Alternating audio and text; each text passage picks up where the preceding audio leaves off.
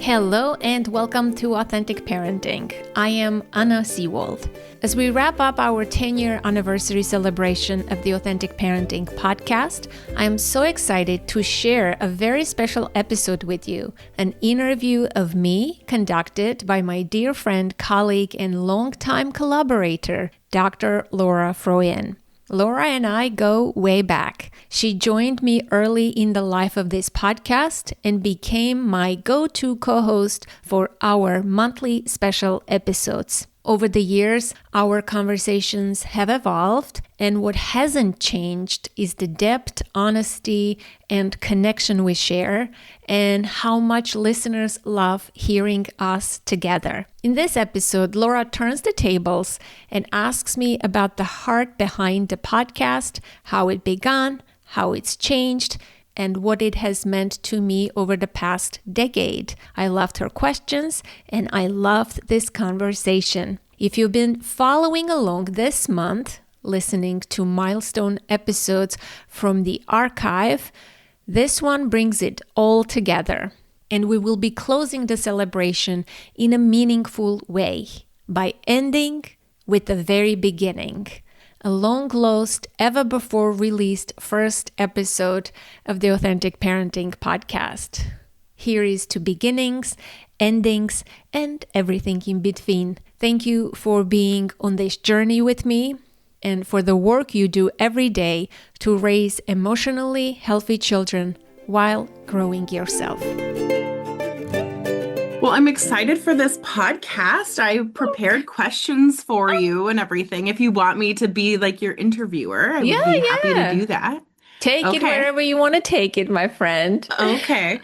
So just to, have you been doing some stuff for the 10 years already on the podcast? Yeah, thanks to you. I started it with the personal message. Then as we planned, I'm doing 3 episodes per week so that the whole month of January is dedicated to the celebration. And at the end, this interview will conclude all of it. So everything is planned, the way we spoke. Yeah, it's great. Okay. And honestly, it was so great obviously I have to go and re-listen to the episodes that I want to publish, like 9-10 episodes.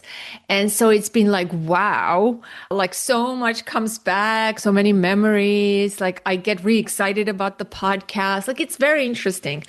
And then when I had moved hosting companies, and I don't know when I moved, right? Like I don't remember who I had before. I moved to Libsyn to store that's what I use to this day. I use Libsyn. And the podcast had the name Authentic Moments, right? In the beginning. So when they moved my files from the old hosting service to the new, Libsyn lost my first year and we couldn't recover. And I was like, wow, it is what it is, right? And then I couldn't find the files in my external hard drives, in my Google Drive. I'm like, wait, what happened? So I thought I lost it forever and I made peace with that. But I always wonder, like, who did I have in my first year? What was my first interview? I knew who my first interview was. I'm like, how did it sound? Like, I want to really listen to go back and listen to the first year, right? The beginnings. And so the other day, I'm sitting down and thinking about this again and again. And then I'm like, wait, I used to have a SoundCloud account back in the day. And I would post my podcast like everywhere, including SoundCloud. I'm like, maybe my first year is there because I remember that was the beginning of my podcast.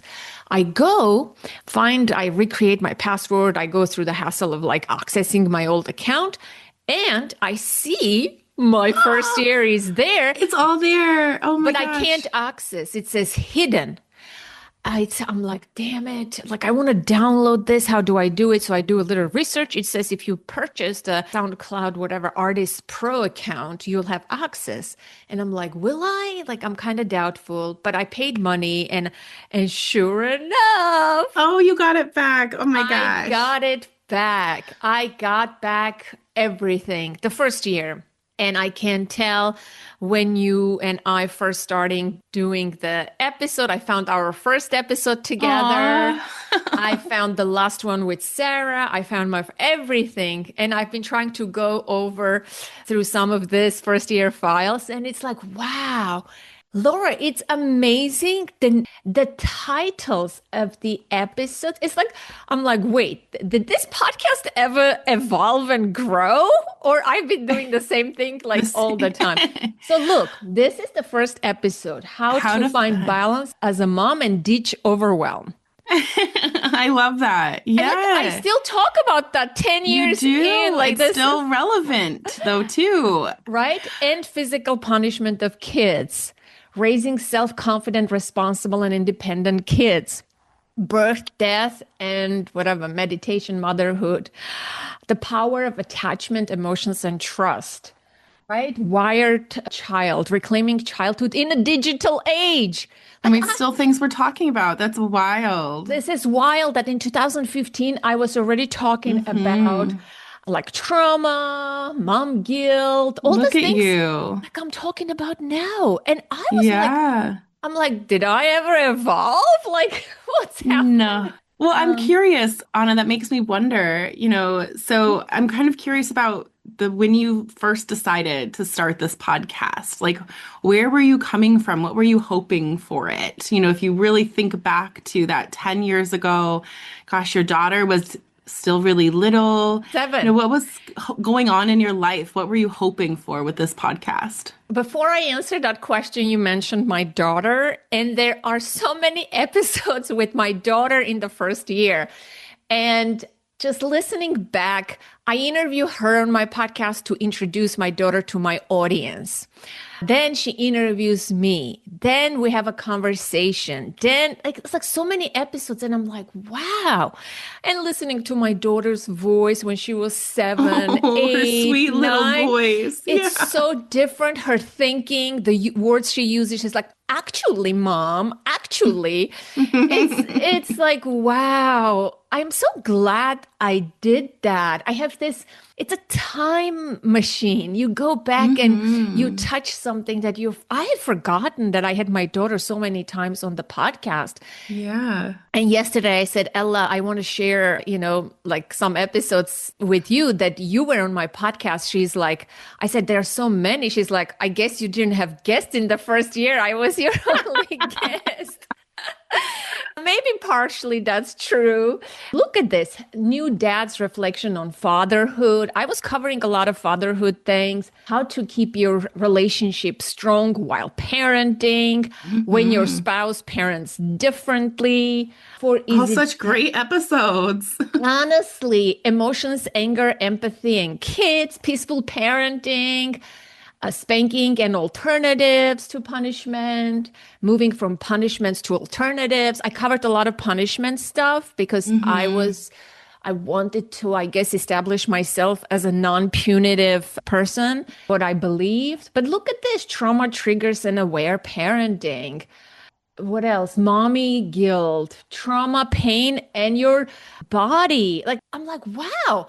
In my mind, I thought I started covering these topics only recently. But looking back at 2015, 16, I'm like, wow, I was always interested in the same topics and I covered those at length. There's a piece of that, Anna, that I see as you being really true to yourself. And that the podcast right from the very beginning has been very authentic to you. Yeah. Interview with my daughter and on and on. So this is very interesting. So I'll unshare my screen with you and I will answer your question. So when I started the podcast, oh my gosh, it was so haphazard. First of all, there were no podcasts at that time, right? It was new. These days, everybody has a podcast and their grandmother, every celebrity, every company. It's like so... Even Golden Globes have a category for podcasts. Podcasting is mainstream. Everybody knows what the word is. for many years when I started the podcast, you had to explain what a podcast is and how to listen to a Mm. podcast. I used to record tutorials for my listeners or potential listeners. Like that was a On how to thing. access it. Yeah, Yeah. because accessing also was hard. You listened mostly on the web, then it was the little iPods. The progression is incredible. But when I started the podcast, I had a blog for several years. I was writing like I guess you can say lifestyle mommy blog. Uh-huh. But it was exhausting because as a mom, like I was taking the pictures and writing recipes, organizational tips, and parenting tips. It was a little bit of everything. And Hmm. it was hard to keep it up, Yeah, that to type of long form writing. And writing. Yeah. yeah, it was exhausting. At some point, I was burnt out and not interested anymore. And I said, you know what? I don't want to do this. And I already had my practice with, the parenting coaching. And I said, like, I want to supplement. I want to create a resource, not a blog, but what can I do? And so a natural sort of progression was a podcast because I was listening to podcasts and I was always interested in audio. I worked at the radio. Radio had a big role in my play growing up. I thought it was magic. I've talked about this in one of the earlier episodes of the podcast. So I naturally sort of started doing this. I didn't have a plan. I didn't plan even like a month worth of content. I was doing it as I was releasing them week by week, day by day, scrambling. The first, like, I don't know, maybe even a year. Mm. I don't know, but it was very hard. I was editing them myself. I didn't have proper gear. I invested in a microphone. It was the wrong microphone. And then on and on. I changed how I record, where I record. Like I changed the name, I changed the intro. I changed so much in the first few years before I found myself, my voice, my footing. But looking at the titles, it seems like the content was there from the very beginning. My Hmm. interests, I guess who I was. So that's consistent, which surprised me to tell you the truth, honestly. Yeah. But because a lot has changed, I experimented with formats like Ask Me Anything or a listener on the podcast or on air coaching calls, the special monthly episode. I've Hmm. experimented a lot, and that kind of bothered me that when I was looking and I'm like, wow, like I was so, and it bothered me in a sense that today when someone launches a podcast, they have a plan. They already have advertisers. They have a marketing plan. They have social media Mm. people. They have everything set and ready to go. And they knock it out of the park and they're very successful. It took me a lot of time as a solo person to find my footing and like fight and be in this competitive market to this Mm. and last to this day. And so like I was like, I wish I had resources. I wish I knew. And I wonder, like, I don't know if I Would things start, be different would things be if different, if I mm. had a bit of more plan and marketing, but times were different also. Yeah, and I mean there's something to be said for pioneering or, putting that being the person who's making that path.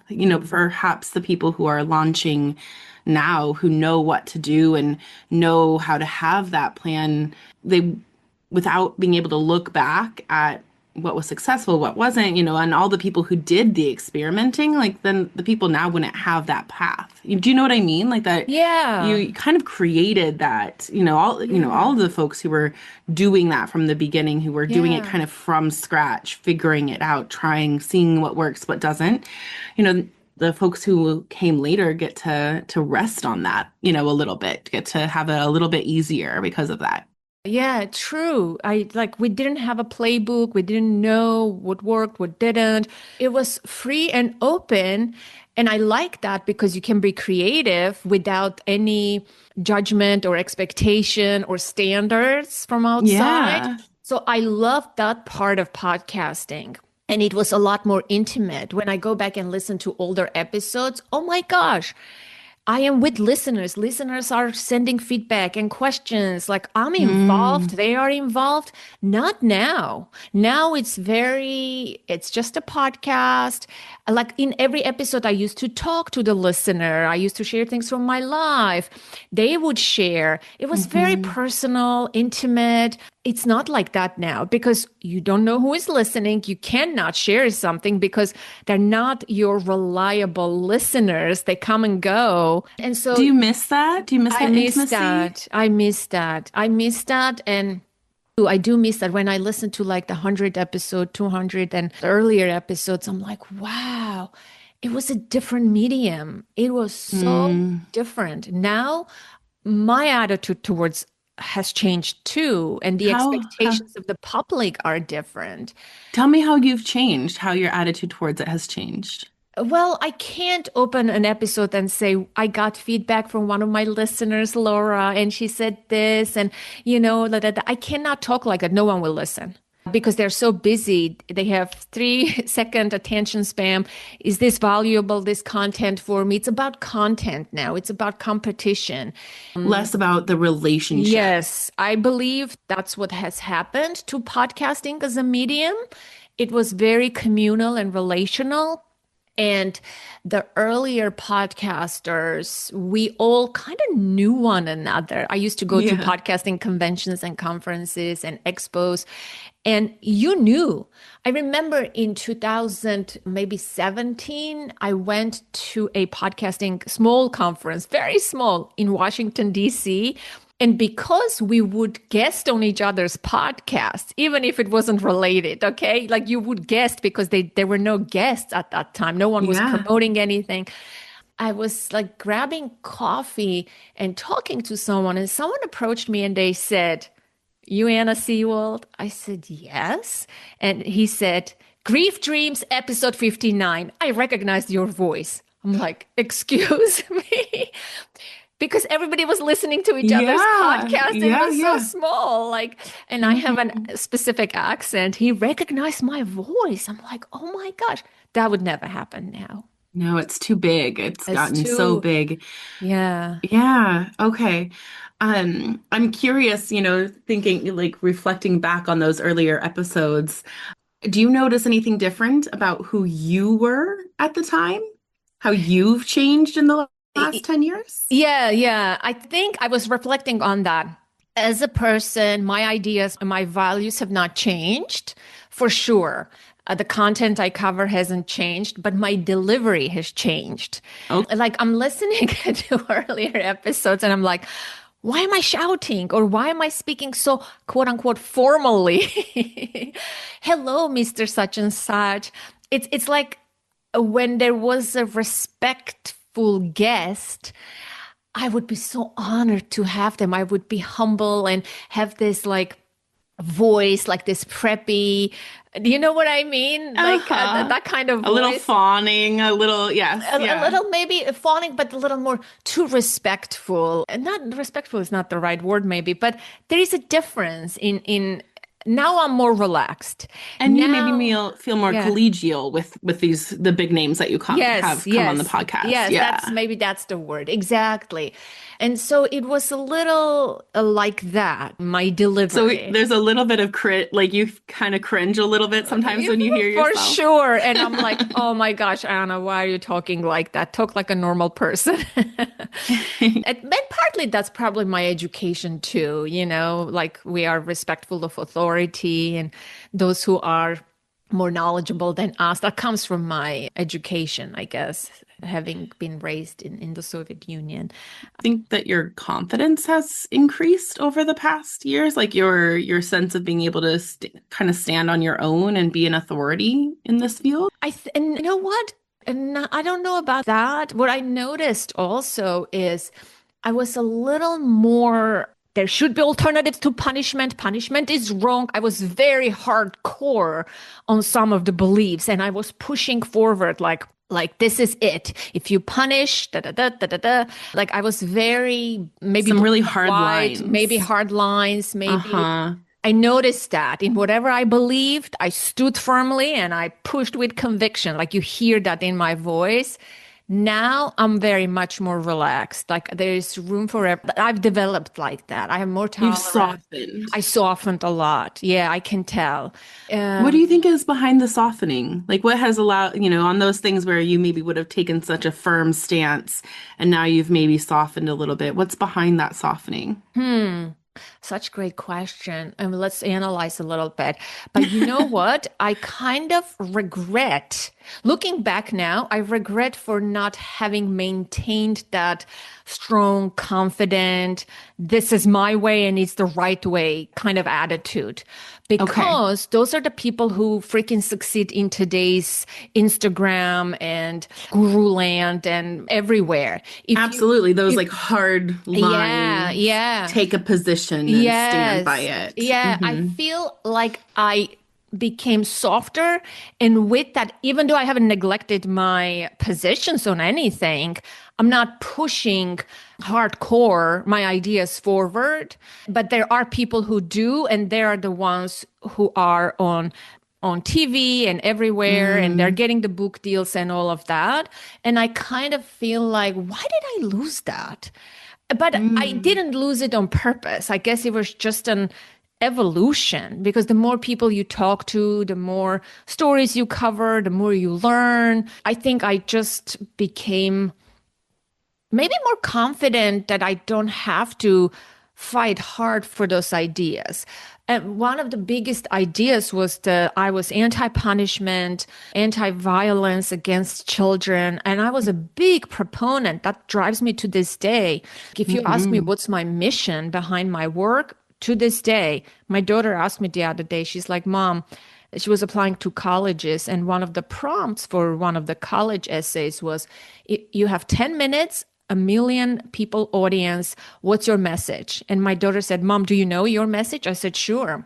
I want to end violence against children. My daughter said, You didn't even think about that. I said, Because this has been driving me forever. I was very passionate about it, Mm, outspoken. And I sort of stepped back. You know what I mean? I mm-hmm. became softer, but it's still my mission and I'm passionate about it and I teach and all of that. But I think I was participating in like anti-punishment movements, signing petitions. I was very active in the first years of the podcast. And that was Mm. one of the main themes. But I don't know. Yeah, that shifted. Yeah, I wonder too if maybe there's more, I feel curious about that shift being that softening. It seems like what you're saying is that it's not that your stance softened, but that your approach to kind of bringing people into your stance Yes. softened, right? Yeah. So, Yeah. like the stance is still just as strong as For ever, sure. For but there's sure. more meeting people where they are, more meeting with compassion and Yeah. grace while Yeah. holding that stance really firmly. Is that right? Yeah, for sure. Yeah, for sure. Yeah, and I think it's good and bad. It's good for me, and I think that's bad for me not getting books and Oprah shows and you know what I mean?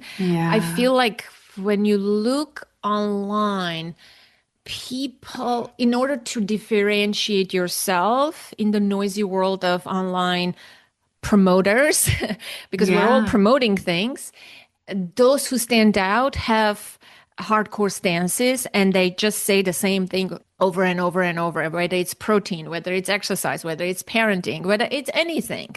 And they're divisive and they're like They're divisive. yeah, they have to Yeah. be controversial almost It's to get people polarizing. polarizing. That was the word I Yes. was looking I for. think Yeah. I think that's how maybe our nation is, the society is, maybe internet has something to do with that. I'm not sure, but for me, I became a lot softer and I'm not, and maybe I aged also, right? When I started a podcast, I was like, what, how old I was 10 years ago. I was 40. I was turning 40. Now I'm almost 52. So Hmm. I guess that plays a role. Like you don't, I feel like in my 20s and 30s, and I guess 40s doing the podcast, you're a little more idealistic in your 20s. You fight for ideas. I'm here to change the world. You're naive and idealistic. And it's good. We need young people to be like that. But I guess when I'm in my 50s now, I don't have that same drive and passion. I attribute some of it to being a certain age, a Yeah. middle-aged woman. I think that there is a softening that happens over time. Yeah. And, we talk a lot about child development, but humans develop over the course of the lifespan. It's Yes. good for us to be growing and changing. Mm-hmm. I feel curious about kind of the conversations. So you looked back over the years and you noticed like the conversations, the topics are pretty similar. I'm curious if you've noticed a change in how if there are topics that 10 years ago, Anna would never have broached, but now you would welcome the opportunity. Like, has there been a change for you in your bravery or your courage and kind of what you're ready for to tackle on the podcast versus what like even thinking about some of the interviews you had, are there questions you wish you could have asked, that you would ask now that you didn't have the guts to ask then? You know what I mean? I don't think so. I'm thinking, as you're asking, I'm thinking, and I'm gonna say no. I think I was maybe a lot bolder even then. When I'm listening Mm. to the earlier interviews, like I would ask questions and later I would say, oh my gosh, why did I ask that? Like, that's a little too intrusive. I That's remember too, you texting me after some of those where you're like, oh my God. like, yeah, I think I was maybe like that. I'm a straightforward person. You know me. We all love that about you, Yes, Anna. yes. Guess no, there aren't any topics. I think I always welcome all those topics. Hmm. Whatever. No, there aren't I've any always seen you as topics. very brave. Oh, thank you. I don't know if I consider myself brave, honestly, but sometimes I feel like I was a lot more braver when I was younger in how I dress, in how I express myself, in how I do certain things. I kind of lost that.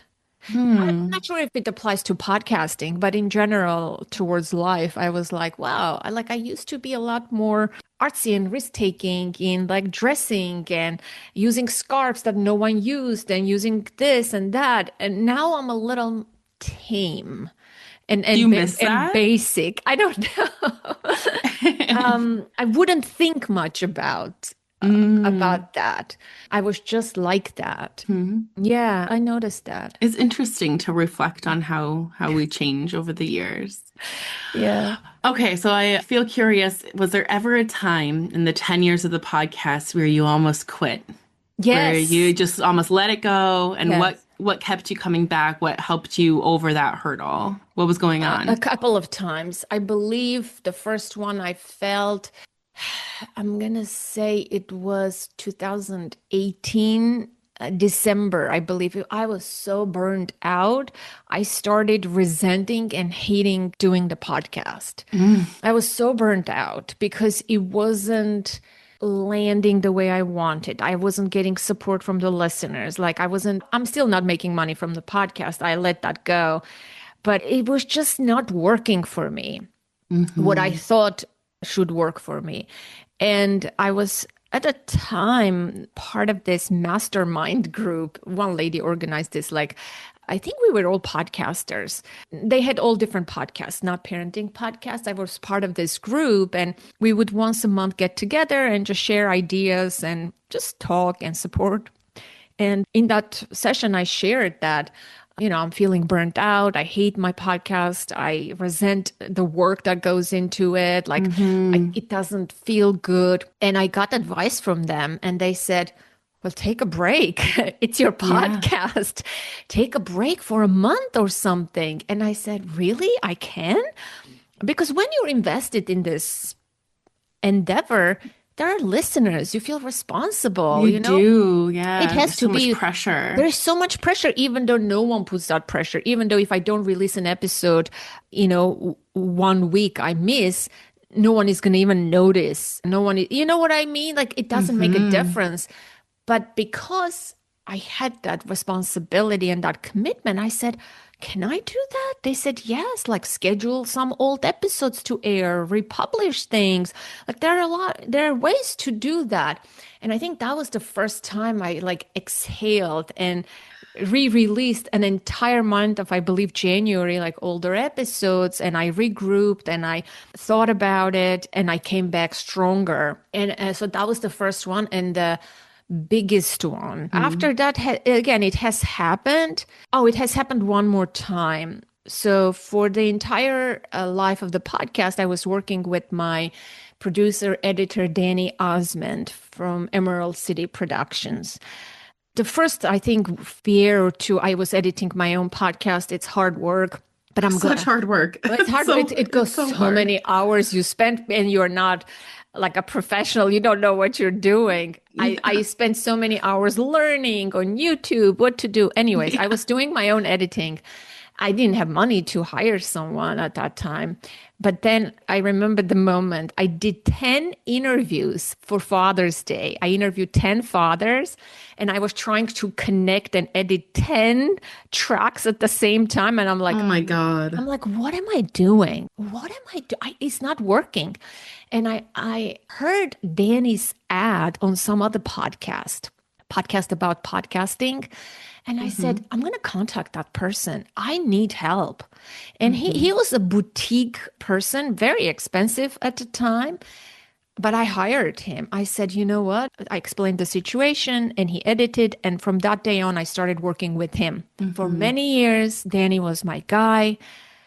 Oh, he was great. There was flow. He had expectations. It was a great working relationship. You deliver the files by this date. You do this. I was very organized. He was keeping me on track until I think 2 or 3 years ago, Danny raised his prices again and I just couldn't afford it anymore. It was way too high. And he emailed me and he said, look, we love working with you and like you're one of our OG customers. I said, I just can't afford. I simply cannot afford that. And that's when I'm like, I can't do this anymore. And I started looking for a new producer. I contacted you. You suggested your own guy. And that was a whole process. We won't go into it. But after that, things have not been the same for me. I felt abandoned, neglected when he first let me go and didn't give me a discount or didn't meet me halfway. Didn't fight for you. Didn't fight for me because he started his business and I was one of his customers and he was my original guy. Like he kept me in place. That was our show. I felt betrayed. And I'm telling you.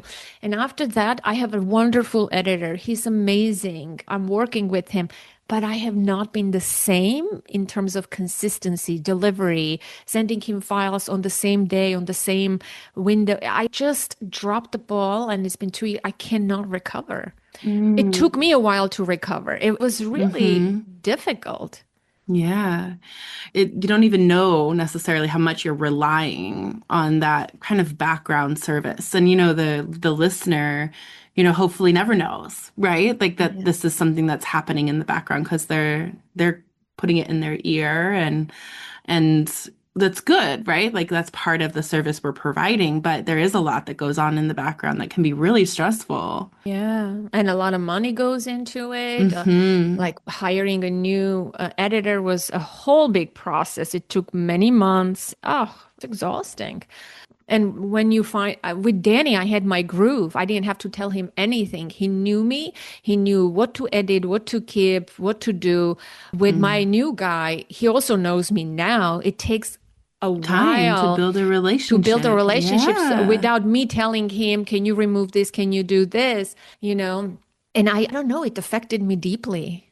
Wow, Because it's a relationship, right? Like it is. It goes away and I reacted strongly with having an attachment wound. I mean, Anna, to be fair though to you, like we're these, what is it called, solopreneurs, right? Yeah. We don't have colleagues. We're not in an office. Like these are the people who work with us in our businesses, in this way are it for us. It makes complete sense to me that would be really hard to move forward on. He would give me feedback after every episode. He would say, great interview. Wow, I learned something this. Like, I liked that. There Uh-huh. was that personal touch. Now it's also very commercial. Aminur, my guy who edits the show, he's a nice guy and he has children. He has praised me and said this is wonderful. But like again, it was very personal back then. Things were very relational back then. Yeah. I Yeah, and I miss that. and now it's just such a big industry Yes, too. it is. You're fighting Hmm. with Mel Robbins of the world, who is nothing to offer, who is interviewing the same experts I interviewed in 2015, 16, and all those years.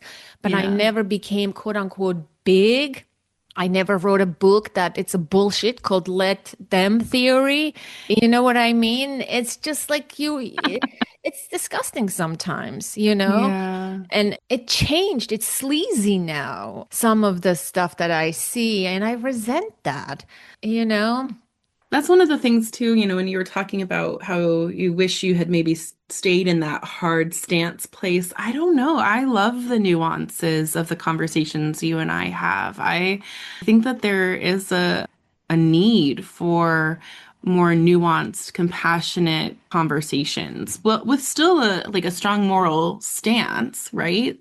But, the way things are polarized, I don't know that it's good for humanity. I think it's good for us to stay in a place where we can have really nitty-gritty conversations as opposed to say this, do this, it'll be fine. I don't know that it's maybe helpful right at the beginning, but not when you get into the nitty-gritty of like, okay, so I've tried that, I've said that, my kid is now resisting.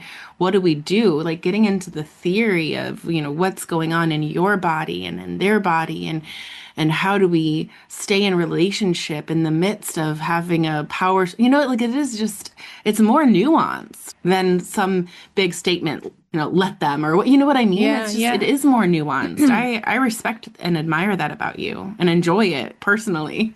Well, I respect that about you, and I'm yes, I am pro it. You know, we're doing it, and obviously, I love doing that, and I would never change that. And I'm not that type of person to be this one black and white and like have a flag and just move forward. That's not me. But It is frustrating that but, that's but not what gets us ahead, yes, too. yes. And but I think our listeners appreciate that. Our core listeners who have been with us from the very beginning, they are here now.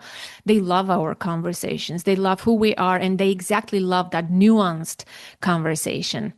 What my worry is attracting the new listeners who want Yeah. that polarized message, but that's how the society is. We don't Mm, attract them. I think if they come, they are not going to stay. So it affects the mm, growth of our show. People who have been with us, they're with us and they love that. The new ones, mm. they're like, why would I listen to this? Like, I don't need this. It's, that's Yeah. my No, I hear assumption. what you're I saying. don't know Yeah. if that's true, but like that's what my takeaway is, Hmm. We're not providing shock value or, these are nuanced, gentle conversations and we go deep. And I've always gone deep. I've always interviewed those nervous system experts and trauma and triggers. Now they are, and Everywhere. now they are everywhere. But back Hmm. then I was interviewing those people, but no one on the internet says, wow, you like God, like this person? She was a guest on Anna's podcast in 2015. No one says that. Hmm. It's like for now, it's a new discovery that that person is on Mel Robbins's podcast. And I'm like, dude, I had that person like 4 times in 10 years Yeah. sometimes. And I'm like, how come I didn't get credit for it? Mm, It's hard not hmm. to feel like that, It is. It's you hard to know? feel like you've been putting work out into the world and it's not being seen broadly. Yes, I agree. Yeah. I feel that sometimes and I'm envious maybe or resentful, but yeah, Those are I really don't know. real, normal human emotions to Yeah. have. Yeah. And I don't know what I could have done differently or I don't know. Hmm. I've done what I could and I think the work speaks for itself, but yeah, I don't know. And I think too, I But think I'm not in the it's top whatevers. yeah. In that line of thinking, because really what we're talking about right now is impact and wanting to have a big impact. I'm curious about what were some moments over the past 10 years where you really realized like you were making a difference. or this was mattering, this was reaching people? What were some of those moments that stand out to you? Yeah, I will answer that question, but do you think am I whining too much about this, or it just No, enough? no, I think you're processing where you are Yeah. too. Part of the looking back and reflecting process is thinking about, okay, so what did 10 years ago Anna think this podcast was going to get me? And seeing that maybe your goals changed, but also, the target changed and the world in which we thought it was going to get us there changed too. So yeah, of course, this is part of the reflection process. You're not whining at all too much at all. Like it's, I can you're whine being a little normal. And bit, this right? is, it's really relatable too. Like this is a very relatable conversation. Like it's normal to think like sometimes like I've accomplished so much and yet it's still not that feeling of not enough is there for all of us at times. Yeah. And I think part of the equation or part of the problem is I didn't have a goal. I didn't have like, I'm going to make this amount of money. I'm going to have this amount of listeners. I'm going to have this goal. I'm going to have this. Then those newer podcasts that are coming out now, they do have those marketing plans and You didn't goals. even know that that was possible 10 I years didn't ago. even know that Like was it possible. didn't even like, Yeah. and maybe it wasn't have been possible 10 years Yeah. ago, right? Yeah, yeah, yeah. And so when did I first realize that my show has an impact? The first Or time yeah, some moments where you're like, yes, wow, I'm actually making a difference, even if it's in just one person's life. What yes. are some of those moments that really stand out to you when you reflect back? There are a few. The first time I received an email from a listener, a long email, who said what the podcast meant for them and how it changes their life, how they are, and they use words like that. It changed my life. It changed my marriage. I have voicemails like that. So the first time I received, and I should have looked like when that was. It was the first year because subsequently I invited that listener to the podcast to do an episode. I'm like, wow, I need to know more. So the first time I received an email, that was the first time. And then when I opened the room on my podcast, I said, send me questions, send me feedback. People started sending me voice messages. And I'm like, wow, this is real. There are real people. And they were telling me, keep doing what you're doing. We want, this is this, this is that. I love that episode. I love the questions you ask. I love this and that. Yeah. And so it's like confirms, reaffirms what you're doing. And I used to get a lot of that in the first years, not first Mm-hmm. year per se, in the beginning. But with Mm-hmm. time, that decreased. As the podcast gotten bigger and the industry has shifted, uh, I've noticed that too. that Absolutely. disappeared. I used to get emails daily from listeners, Mm-hmm. weekly, daily, voicemails. People would call my number and leave a voice message because it's my actual number. Not anymore. And now if I say, hey, we're doing a celebratory episode, please call us, leave us a message or send a, nothing, nothing. Crickets. Yeah. It's like the same people who have respect for me. They're the core listeners. They would because they don't want to leave me feel isolated. And so that has shifted a lot. Yeah. Yeah, I've noticed that change just in the industry too. Like you're not Yeah. alone in that, I think. Yeah. That is it's interesting. Part of me wonders too if there's a piece of over 10 years, the people who came to you and listened, their kids are older too, right? Yeah. So Yeah. there's a piece where I wonder about the folks who had a 6 or 7 year old when, like your daughter, and now they're graduating, they're moving on to college. Maybe their questions are different and their energy and their space and their time is different too. Yeah, for sure. And I don't expect them to ask questions, but they do. They are the Yeah, ones, the people who because were they with trust me, you. they Yeah. trust me. They are the ones who are with me even now, like Julie Starr, Colleen, all our support group people, Yeah. or Elizabeth. They've been like with me from the beginning. Lauren, I can name people who I know personally that they have been with this podcast since the beginning. And I've Hmm. seen their children grow and they grow, but they're still supportive of my work. They may not be listening to all the episodes for sure, but they're still in Yeah. touch with me and they still support me. And it's just, that's a wonderful feeling, to get confirmation that your work has impact because it's a bidirectional relationship, right? Like I am putting this out there and I'm not hearing anything. And sometimes you question, is this landing? Is this working? Was this the right topic? Was this, da, da, da? You question a lot. But I stopped questioning after some time. I Hmm. think because in the beginning, listeners gave me so much good feedback that it gave me confidence, You even learn to when trust yourself. I learned to trust myself and the process on this podcast and the topics. And even though I don't get a lot of feedback anymore, I hope it's the same.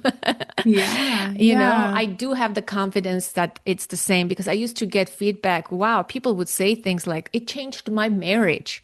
It Hmm. changed my, yeah, it was amazing to get that. Hmm. Yeah, it is lovely. I don't know that, it's interesting. We know folks know how important that feedback is in their own lives when they get that feedback from people around them or from, at work and stuff. And again, going back to that kind of this piece of this is a little bit of a lonely job, It like we don't is. get yearly performance reviews. We don't have a supervisor who's telling us where we're hitting the mark and where we need to grow and improve. So like that feedback really from the listener really matters to us, keeps us going, it nourishes us, and it helps us grow too. Yeah, yeah, for sure.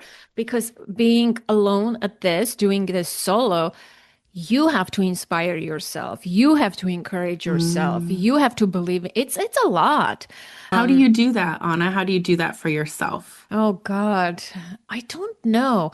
I took this philosophy class, right, last semester at Princeton University. It was all about commitments. Mm. And I'm like, why am I committed to this podcast of 10 years? Like Yeah. what's keeping me here? I want to know. I'm not making money. I don't have fame. I am not popular. I'm not an influencer, like all the things that people want to Yeah. get out of a podcast. But what am I getting out of it? Well, it changed my life. For sure it changed my life. It became part of my life. And I Hmm. think because of those early years and the listeners and who held me, who provided a foundation for me to stand on that gave me confidence that this matters, Hmm. my work matters. And I still believe in what I do, the advocacy, changing the parenting paradigm for creating a peaceful world. Again, my mission, and I never say these words on my podcast, my mission is to end violence against children. No one would listen to that podcast. Those words will not be how I say it on the podcast now. It's like, let's create the kind, compassionate, and peaceful world that resonates more. But to Hmm. me, that's The underlying is, yeah. let's end violence against children. Let's stop Hmm. bullying our children. Let's stop punishing our children so that they will grow up with knowing who they are, with a strong sense of self and sense of worthiness, so that they don't have to Hmm. bully others or bully themselves or neglect themselves, or Yeah. like violence has to end, and it ends in our families, which is a hard thing, but that drives me. And I don't know what you asked. I got too excited. I don't know either As I anymore. always do. Yeah. I mean, so thinking about if we had to take the whole 10 years of the Authentic Parenting podcast, the whole 10 years, and distill it down to one thing that you hope people have learned by being with you in this Oh, podcast, what would wow. you want them to know? Oh They're my going to take God. one thing away. Wow. I don't know. It's hard to distill to one thing. Okay, Um, maybe two. yeah, let me think. Let me think about this, because I asked that question to my core listeners because I'm doing a trailer for the podcast. After 10 years, I decided to do a new trailer for the podcast, like what the show is about in the words of listeners. Mm, I asked them a hmm. question and they send me like one-liners. I'm like editing and putting them together, and Cool. what is authentic parenting about and how it changed their life. So I compiled all of those. I was listening to that, and I think the main theme, the biggest overarching theme, is the tagline of the podcast: raising our children, growing ourselves. And so raising our children, because my podcast tackles both, right? It's not a Yeah. parenting podcast, what to do with your kids. It's more of a personal development podcast for yourself Hmm. as a parent. So, but that tagline captures, I think, the one thing. And if you can open up that umbrella, there's obviously raising emotionally healthy kids. The kids part is kind of easy. And growing ourselves is all about, your childhood trauma, doing your own work, Yeah, the work that's required to raise those kids. becoming happy and Hmm. self-care and burnout. All of that goes under that, dealing with your emotions. And yeah, Yeah. I think that would be it. Okay. So raising our kids, growing ourselves. Mm-hmm. Yeah, I love that. Okay, and I'm thinking now too, so if you could reach back in time and talk to Anna that very first time you hit that record button, what would you say to her? Wow, what would I say to her? I would say, oh my gosh, you don't know what you're in for. This is gonna be a long ride, girl. Get ready. Get ready. Let me tell you an embarrassing secret, a fact. When I first did the first episode, right? I obviously didn't know that the podcast is going to grow for 10 years. I had no idea. And when I released the first episode, I was listening to it the other day. It says, "Hi, welcome, blah, blah, blah. This is Hannah Seewald." Like it's a youthful voice because I didn't know how to edit. I didn't have a microphone. And it says, "This is episode 171." I'm like, what? In my mind, I wanted to start because iTunes at that time was the numbers were going from top to bottom in reverse Yeah. order. So Uh-huh. in my mind, I chose a number and I would produce 170 episodes in succession. So I Uh-huh. started my first episode with the number 171. I'm listening to this. I'm like, oh my gosh, did I really think I'm going to produce only 170 episodes? And I was curious, what was my 170th episode? I didn't look that up. I can do it now. That's what my first episode says. It says that number. So I guess I didn't Interesting. believe that it's going to go beyond 170 episodes. So you'd like Anna to know, younger Anna, 10 years ago Anna to I, know, like it's would bigger say, than that. you know what, girl, like you're gonna be stuck with this for 10 years. I Yeah. love that. 10, Oh, 10 yeah. years. 10 years. It's a big deal. I would challenge people to find podcasts that have been around for 10 years. I think it's a pretty unique thing. It is. And I was looking up statistics the other day for my personal message for the month of January. And it turned out that in 2017, 90% of podcasts who succeeded, quote unquote, like faded. It's called pod fading. That's the word. After 20th episode. Oh, 90% of podcasts didn't make the after third episode. There is interesting statistics for that mm-hmm. time. And I'm like, wow, that's interesting to know. Yeah, You yeah. know? It's, I It's mean, it's, wonderful. yeah, it's something to be said. I am more proud for myself about my commitment to this. I see this as a Mm, personal growth thing for myself. Sure, it's helpful for people and it has helped thousands of people, but I like how I created something for myself to grow and keep in check personally, parenting wise, interview wise. It made me a better person. I think I honored hmm. that for myself, for sure. Yeah, It, I it love that. yeah, I changed tremendously. It gives me tremendous happiness, stimulating conversations with people. It just like gives me so much dopamine. If I have a conversation, let's say once a week with someone, it's hard to say. My friend says, "So what is the next 10 years looking?" I'm like, I don't know. I don't have a plan when I'm going to end. How am I going to end? Am I going to end or not? Am I gonna change anything? I don't know. I don't have a plan as usual. I'm just following my own interest, Your my own intuition. intuition, whatever Yeah, is like you take the first step and the other next step, the next step, the next step, and I'll see where I end up, you and that's know? really beautiful. I feel so, grateful as a friend and listener that I get to come on that journey with you. Oh, I love our podcast and listeners love our shows together.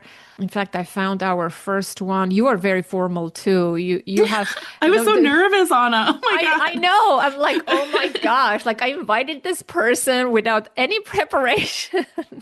I mean, gosh, I don't even remember how we got to know each other. From some Facebook group. Facebook groups were very popular at that time. Some respectful parenting or visible child or whatever parenting group, right? Wasn't there a I parenting? honestly do not, I truly don't remember, but I No, know I was really excited. yeah, because I was reading, I was part of that Facebook group and there were lots of other parenting professionals. And it feels like back then in 2015, there were a handful of parenting professionals, like the rock stars. We knew they were, Janet Lansbury and and not only Janet, but like Amy Bryant, my colleague, or hmm Sarah McLaughlin, like all of us who yeah. I interviewed the first year of my podcast. I interviewed all my colleagues. They are not Dr. Becky now. They are not, they're nowhere near those newer folks who have come with the development of Instagram and social media. Yeah. I think hmm like we're dinosaurs in some ways. We didn't catch up with, I don't know, somehow those newer folks are out there. Anyways, but in that Facebook group, there were a lot of parenting professionals and people would, I think, post questions. And I think after reading your comments and, I understood, I'm like, wow, I love her approach, love her ideas. Aw. It resonated, and I'm not regretful, right? Like I have so much respect for who you are as a person and as a woman of values and integrity. And you're just like so intellectual, so smart and humble. You are very wise. And I love that. Like I can trust you. I can Yeah. trust you to be a solid colleague, solid person, I feel the same. a person who doesn't change their ideas with the wind, and like you knew who you were, you are still the same person, you say the same things, your consistency, that reliability, and I have tremendous respect for that. Or how you parent your children, like your ideas, the things that you've created, things we have done together and never Yeah. promoted and made money from them, but like Yes. I've enjoyed every moment of it. Yeah, I do Oh, have that. I love that. me too. Okay, so last final thoughts as we wrap up this 10 years. I loved what you said about, that you've grown a lot, that you've learned a lot. I'm kind of curious if you have one kind of final thing to offer on, a piece of wisdom that the podcast or the listeners have taught you. Yeah, I think it would be compassion and self-compassion. What I've learned from this podcast, I've learned to be more self-compassionate, and I definitely learned to be more compassionate towards others. I think if I were to summarize the biggest change, that would be it. That's beautiful. That's And you, beautiful. my friend, are part of it, right? You are the compassion advocate or something. You said that in that first episode when you were introducing yourself. Yeah. I have to play it for you one day, your first Oh time my when you gosh, came it's on gonna the be so podcast. cringe. I I know, can't. I I know. hate listening to myself, Anna. I don't know how you do it. I hate it. I was cringing the whole time. I'm like, Anna, stop talking. You have a guest. I'm like, Oh, why am I saying the same thing in five different ways? no, I love that though, because people need to hear it in different Oh ways. no, there were some cringy moments in some of the earlier Okay. episodes for sure. Yeah. Oh, well, I mean, Anna, I think you're amazing. I think your podcast is wonderful. I think you should feel really good about these 10 years. It's just what an accomplishment. Congratulations. Thank you. Thank you. I really do think it is. At first, I didn't want to do anything, but I think it's to not do anything to honor the journey, the accomplishment that you have created. It would be terrible. We want to Absolutely. celebrate the journey, the growth, look back and look ahead. I think it's important. And yeah, I would invite the listener to do the same in regards to their parenting or things they have done in their life. It doesn't have to be a podcast, but No. we do so many things and we never appreciate how far we've come or the work we've done or the efforts we poured into relationships. I think it's important to pause and really, really honor ourselves and the journey because no one else is going to do it, you know? Yeah, And I I'm can't so just glad you're saying that. sweep it under the rug. It's not nothing. 10 years is a decade of my life. Decade of Yeah. my life. And Thank you for modeling that for us too, yeah, of really modeling what it means to take a look vulnerably at part of our lives or something we've dedicated ourselves to. It helps us see how important it was, where we've grown, where we maybe want to keep growing. It's good. I thank you for modeling it yeah, for thank you. us. Yeah, thank you for recognizing that. I think we all should do that, whether it's parenting, because we always see the negative, we see the lack, we see what we're not doing, right? And yeah, I am proud of my accomplishment. I honestly, 10 years, it's just a commitment to it on a weekly basis. It's It's huge. huge. It's huge. Yeah. Yeah. Yeah. So thank you for doing this. Thank you for encouraging Absolutely. Thank me. you for letting me. Of course, I enjoyed this conversation a Me lot. too. Okay, does that feel good? Do you feel like we covered the things you wanted to talk about? I didn't know what we want to talk about. Yeah, I love it. I love all Okay, your good. questions and your inquiries and your curiosity. Yeah. Good. That concludes today's conversation, my dear listener, and I hope you found this episode helpful and inspiring. Be sure to hit that follow button so you don't miss future episodes, and take a moment to leave a rating and review. It really helps others find the show. I would love to hear your thoughts and takeaways. Join the conversation in the Authentic Parenting Facebook group or visit the contact page at authenticparenting.com/contact to get in touch. Authentic Parenting is an ad-free show, and your donations is what makes this podcast possible. Support the show by visiting authenticparenting.com/support or becoming a patron at patreon.com. Your contributions make it possible for me to continue bringing you weekly episodes. And as always, connect to the present moment, to yourself and your children. Until next week, I am Anna Seewald. Thank you so much for listening.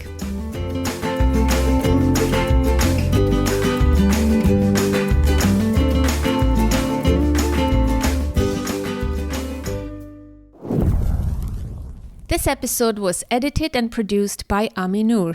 If you need expert support to bring your dream podcast to life, from editing to full production, Ami Noor can help make it happen. You'll find his link in the show notes.